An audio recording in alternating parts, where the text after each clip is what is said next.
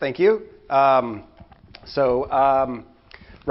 Our focus was on this general overarching concept that we're all addressing in the first breakout session.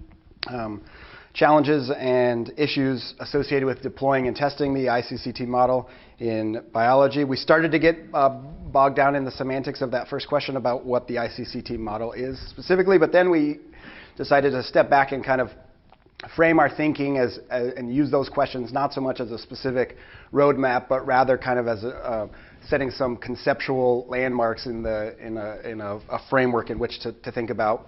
One of the key concepts and challenges, perhaps issues to deal with in deploying and testing the ICCT model, ICCT model, is this importance of scales, which was just mentioned, addressed by Group 1.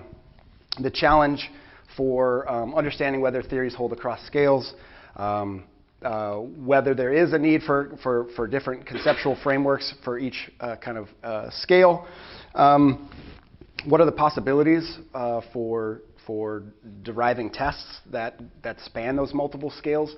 And then something that I thought one of our group members made, and then several others kind of followed up on, is this question of the need for abstraction when you're trying to propose and generate some generalities. But how much abstraction is possible and necessary to make meaningful connections across scales without losing some biological salience? So that's something that people mention, potential bridges for that challenge might be thinking in terms of fractal theory, Renyi, I probably did not say that right, entropy. Oh, I got a thumbs up, good. Another challenge in thinking about ICCT models have to do with the fact that there are differences across space and time that have to be dealt with.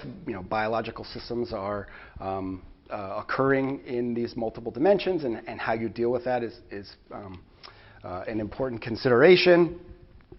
We also went into kind of a more conceptual kind of methodological approach, where one of the challenges to deploying and testing ICCT models is how do you get the collaboration set up that you need to draw expertise from individuals with different backgrounds? How do you communicate effectively between those different fields? What are there optimal sets of collaborations, people with particular skill sets that are particularly valuable? And how can that kind of communication that is occurring ideally between people with different backgrounds influencing experimental design?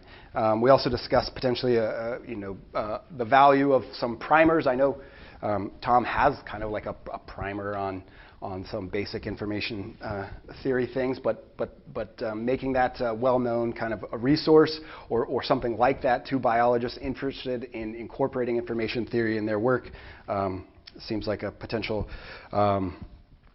valuable approach. We also had some issues, or not issues, we discussed the concept of circularity, the fact that there's multiple functions for everything in biology, and then kind of along the lines of how can information theory inform the experiments we design, the data we collect, and how we analyze those data. These last couple topics focus on that methodology, where there are this need for multiple models, both within an information theoretic framework, but also presumably and potentially across different empirical modeling systems. And the question is, or not the question, another question is whether biology, the kind of biology you're doing, does that restrict or constrain the kind of collaborations that you can form, and the types of questions about communication that you can have. So yeah, that's close to 5 minutes, so I'll pass it over to the next speaker.